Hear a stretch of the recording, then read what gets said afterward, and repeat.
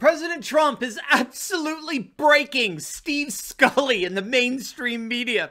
In this video, we're going to take a look at the complete and total meltdown among left-wing activists disguised as journalists, how President Trump has effectively exposed their leftist agenda for all to see, and how destroying the mainstream media may be President Trump's most lasting impact in his already historic presidency. You are not going to want to miss this. Welcome, everyone. Dr. Steve here with you, ready to bring you our latest episode celebrating the inevitable collapse of left-wing globalism and the unstoppable rise of a new conservative age. If you haven't already done so, make sure to smack that bell and subscribe button. We'd love to have you as a regular part of this channel where each and every day we focus on optimism and encouragement in the midst of all of this defeatist fake news nonsense spewed out by the mainstream media. Now, before we get into things here, let's give a huge shout out to the sponsor of this video, and that's the makers of this awesome motion detector ultra bright solar nightlight. Now, you can install it anywhere because it's wireless,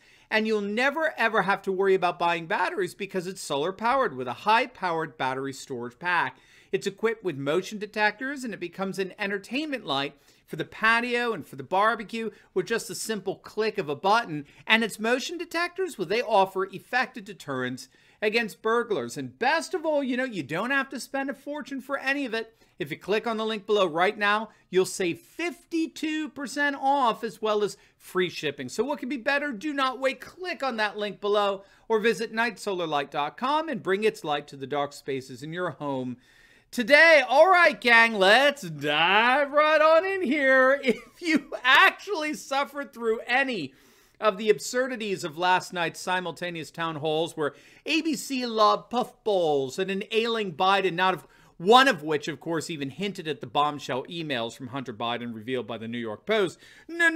We at ABC, who fed you the Russian collusion hoax for 3 years, we're not interested in such emails, right? You had this whole charade, this kabuki theater going on at ABC, while at the same time, NBC did their best to try to grill President Trump, but failed miserably in the process. If you subjected yourself to any of that nonsense, then you'll know that as of today, I think it's official, Donald Trump has completely broken the mainstream media. This is exactly what Ted Cruz said to CNN's Chris Cuomo several days back, and he was right. When Cruz was invited on a Cuomo show for a supposed interview, instead of interviewing him, Cuomo heckled him, right? That's all he did. If you saw it, he heckled him. He mocked him. He ridiculed him. And finally, Cruz had enough. And he looked at Fredo and he said, the sorry excuse for an anchor of a once major news organization. Cruz looked at him and said, there was a time when CNN actually cared about doing journalism and talking about facts, but Donald Trump broke you guys. Donald Trump broke you. Now your entire show, your entire network now is just dedicated to how much you hate Trump. And you know what? People have had it. That's why your ratings are so pathetic. It was an epic smackdown of an arrogant, privileged, silver spoon liberal like Fredo Cuomo. And it was the perfect description of what President Trump has done to the mainstream media. He has broken the media in that he has exposed them for what they really are: left-wing activists disguised as journalists. They are not professionals, not first and foremost, at least. They are not professionals. They are activists. They are radical left-wing activists who use the media as a platform to advance progressive globalist politics. And now C-SPAN. Even the benign, contemplative C-SPAN has been exposed by the Donald. C-SPAN is now officially C-SHAM, as the New York Post called them, or perhaps we could call them C-SCAM.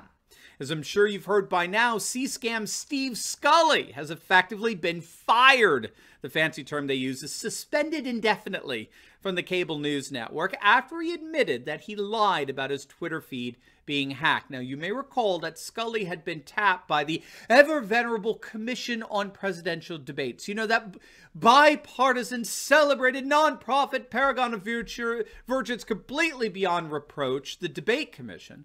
Well, they tapped Scully to host the second presidential debate, and that was because Scully himself was claimed by our media and political elite to be beyond reproach, completely fair, objective, bipartisan. Well, as it turns out, as we all knew, and as President Trump openly declared, the whole thing was a complete sham, a swamp show of hideous proportions. proportions.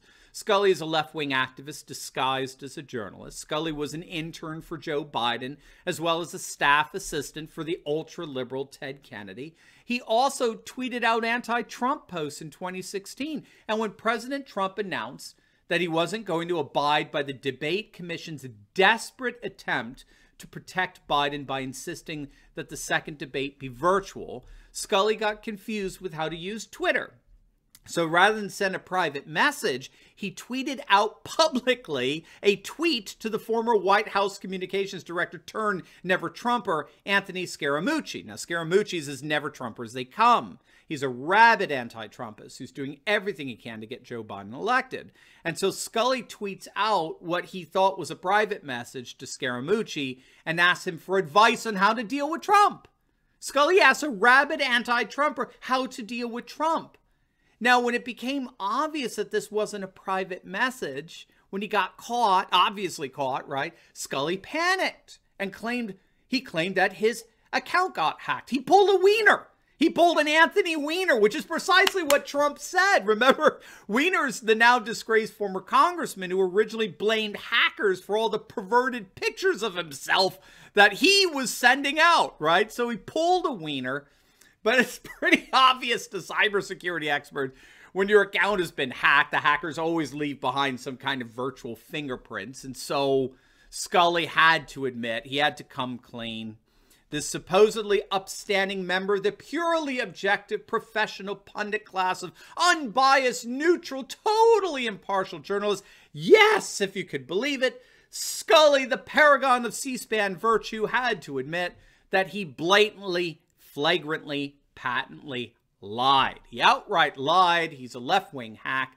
As shocking as that would seem, because we all know the objectivity of the mainstream media, it's beyond reproach. As shocking as it would seem, he was exposed as a left-wing activist that somehow snuck into the Guild, disguised as a reputable and professional journalist.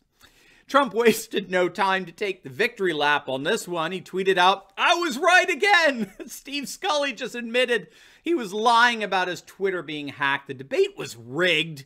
He was suspended from @C-SPAN indefinitely. The Trump campaign was not treated fairly by the commission. Did I show good instincts in being the first to know? Now, needless to say, many are already declaring that the Scully scandal is a big black eye for the pathetic debate commission, which of course is constantly purported to be above politics, but as it turns out is itself every bit a part of the swamp as anything else in our corporatist globalist world. So President Trump has effectively broken C-SPAN. He's effectively broken the debate commission. He's of course broken Chris Wallace and the Never Trumpers over at Fox News. But first, I want to personally invite you to our special On the Brink benefit conference. It's an online conference featuring me, some guest speakers, on Saturday, October 31st. The virtual conference is going to help you think better and therefore feel better about the November 3rd election and beyond.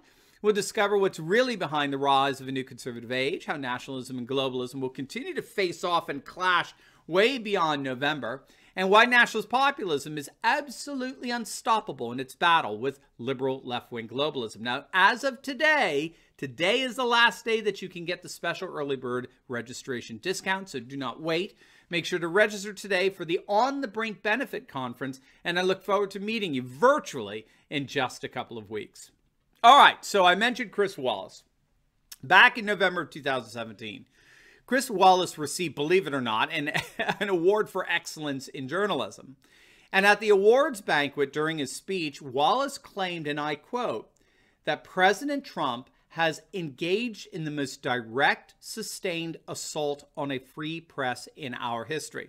So according to swamp creatures like Wallace, Trump has done all he can to delegitimize the media, attacking us institutionally and individually. And he went on to say, quote, I think his purpose is clear, a concerted campaign to raise doubts that when we report critically about his administration, that we can be trusted. Now, what Wallace doesn't seem willing to consider is how President Trump has not assaulted the free press. Far from it. Instead, he has exposed the assault on the free press perpetrated by members of the press themselves. Wallace seems completely oblivious to the way tens of millions of Americans see the mainstream media. We don't see it as a free press. We see them as propagandists. And this was long before Trump, and we don't need to look any further for such a perfect example of the swampy propaganda than the first presidential debate moderated by Wallace, where he asked question after question about Trump denouncing white supremacy and Trump banning what Wallace actually had the gall to call racial sensitivity training, which was blatant cultural Marxist indoctrination, and on and on and on. I'll never forget at one point when Trump was crushing Biden on the fact that no single law enforcement organization has endorsed him. Wallace interrupted Biden's dithering by saying, well, gentlemen, let's talk about what Americans are really concerned about. Let's talk about the environment. Chris Wallace asks questions reflective of the concerns of the political class.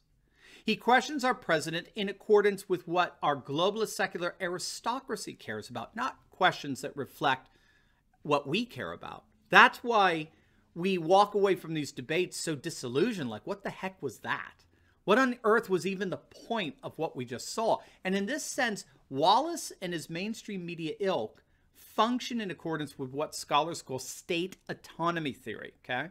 State autonomy theory posits the notion that globalist secular states govern according to their own interests, which of course are largely independent of or even against the will of the wider population the state claims to represent.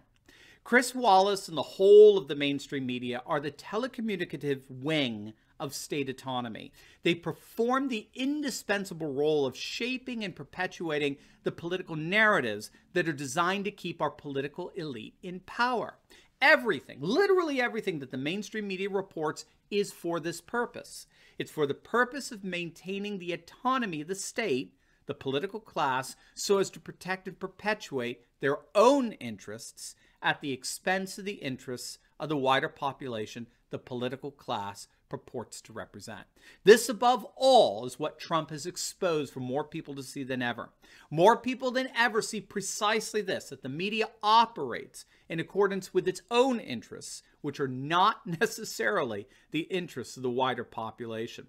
As such, Trump has broken the media, which may in turn end up being the most lasting impact of his already historic presidency.